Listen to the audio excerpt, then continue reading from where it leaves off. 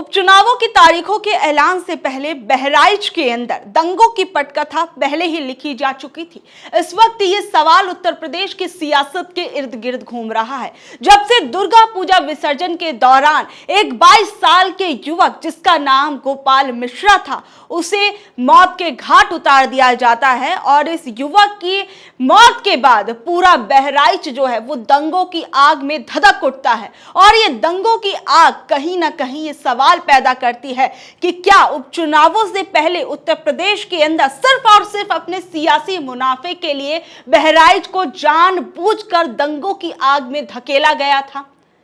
क्योंकि जिस तरीके से ये पूरी की पूरी यात्रा निकलती है, जिस इलाके से ये यात्रा निकलती है, वो पहले से ही एक संवेदनशील इलाका कहा गया था। और ऐसे में इसी युवक को लेकर दावा किया गया कि सोशल मीडिया पर इसका एक वीडियो जमकर वायरल है, जिसमें ये एक घर के अंदर घुसकर वहां पर एक धर्म का झंडा उखाड़कर अपने धर्म का झंडा लगा देता है और फिर उसके बाद वहां पर वो रेलिंग समेत पीछे की ओर आ जाता है और भरी भीड़ के अंदर ऐसा किया जाता है। सबसे पहला सवाल उस दौरान ही ये पैदा होता है कि वहां पर क्या पुलिस प्रशासन मौजूद नहीं था, जो उस युवक की हिम्मत यहां तक हो गई कि वो एक घर के अंदर घुसता है, वहां पर जाकर उस समुदाय का झंडा उखाड़ कर अपने इस धर्म और अपने समुदाय का झंडा जो है वो वहां पर लगाता है। सबसे पहला सवाल तो उसी दौरान खड़ा होता है। फिर उसके बाद जब उस 22 साल के युवक को गोलियों से भून दिया जाता है, जब उसे मौत के घाट उतार दिया जाता है, तो वो सोई हुई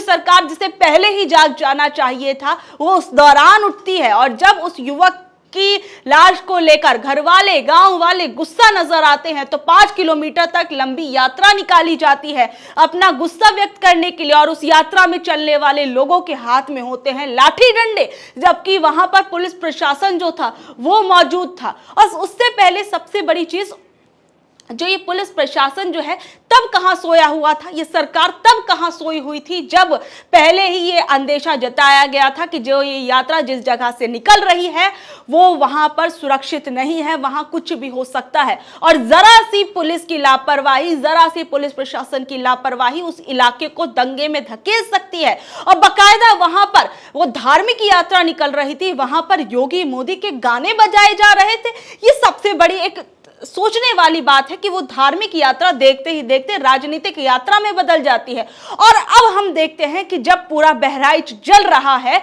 तो पूरा पुलिस प्रशासन मुस्तैद नजर आ रहा है। और साथ ही में योगी आदित्यनाथ, उत्तर प्रदेश के माननीय मुख्यमंत्री, जब उस परिवार से मिलते हैं, उस परिवार से शोक संवेदना जो है वो व्यक्त करते हैं और इसे लेकर बाकायदा अपने सोशल मीडिया पर एक पोस्ट डालते हैं और ये दिखाते हैं कि उन्हें देखिए कितनी अपने उत्तर प्रदेश के लोगों की चिंता है और कितनी उस परिवार से उनको हमदर्दी है। सबसे पहले तो आप वो पोस्ट देखिए, फिर उसके बाद आगे बात करेंगे।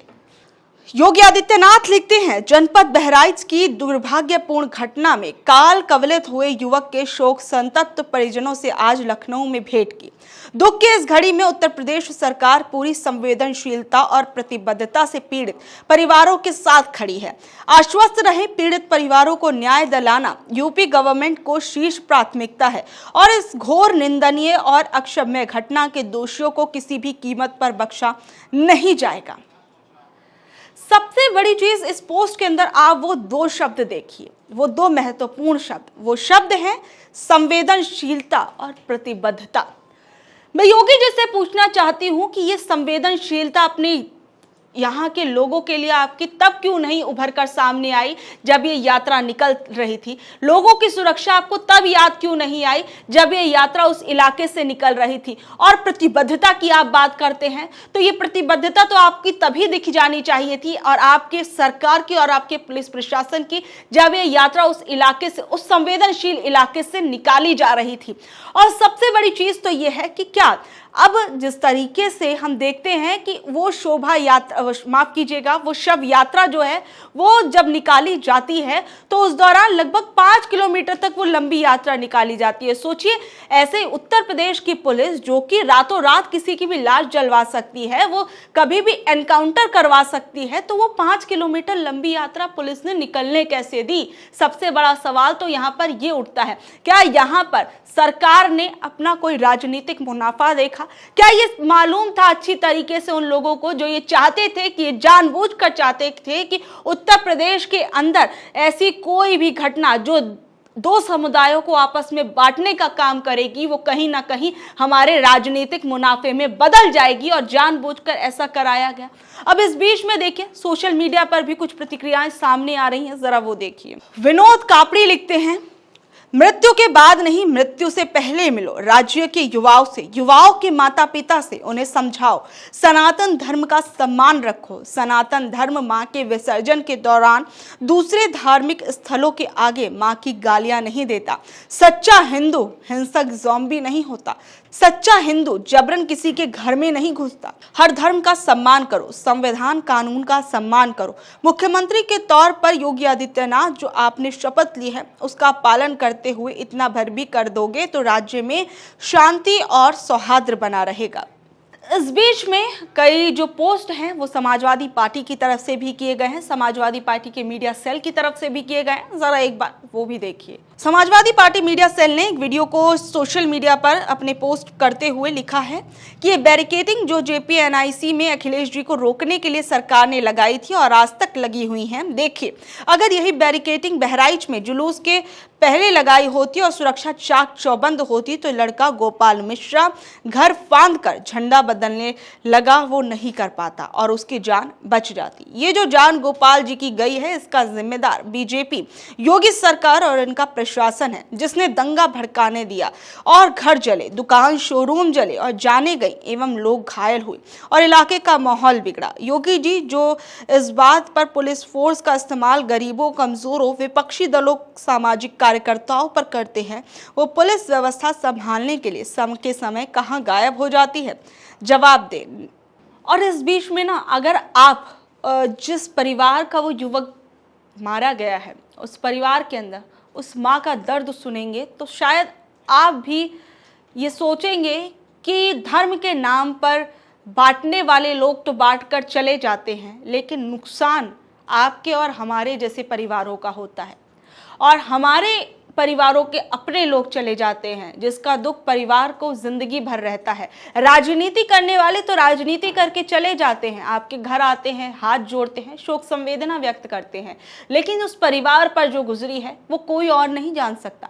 एक बार उस माँ की आप सुनिए।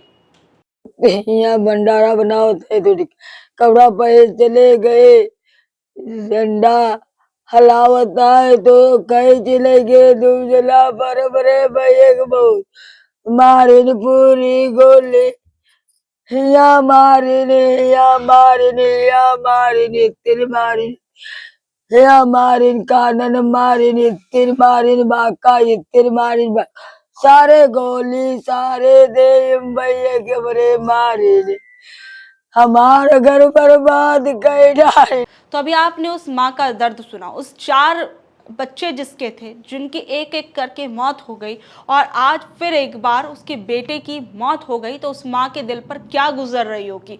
और अब इस बीच में वही गोपाल मिश्रा जिसकी शादी अभी कुछ दिन पहले हुई थी और उसकी विधवा पत्नी को सुनिए किस तरीके से उसके दिल पर क्या गुजर रही है, जरा वो भी सुनिए।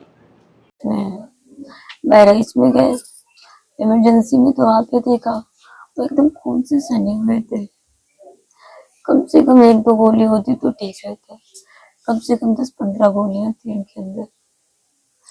गले पे उनके चाकू का निशान था, पैर में ग्लास से सारे नाखून निकाले गए थे, यहाँ बाजू पे भी गोलियों के निशान थे। बहुत बुरी तरीकों से मारा है, एकदम जानवर की तरह। हमें इंसाफ दिला दीजिए। तो अब आपने सुना कि किस तरीके से उत्तर प्रदेश के अंदर उस व्यक्ति की जान नहीं गई है, उसके परिवार के लोगों के भी मानिए प्राण निकल गए हों क्योंकि उन्होंने अपना खोया है। उस दंगे की आग में सिर्फ उत्तर प्रदेश के एक आधे घर नहीं जल रहे हैं, न जाने कितने घर जल रहे हैं, न जाने कितने के खून पसीनों की कमाई जल रही है। अस्पतालों के अंदर तोड़फोड़, दुकानों में तोड़फोड़ और पुलिस प्रशासन अब तक इसको रोक नहीं पाया है पूरी तरीके से। अब आप लोग ये खुद सोचिए, खुद तय करिए कि आप लोग ऐसे दंगों को किस तरीके से देखते हैं, ऐसे दंगों के नाम पर राजनीति करने वालों को किस तरीके से देखते हैं। नीचे दिए गए कमेंट बॉक्स में ज़रूर बताइएगा और ऐसी अपडेट से जुड़े रहने के लिए देखते रहिए ऑनलाइन न्यूज़ भारत। धन्यवाद।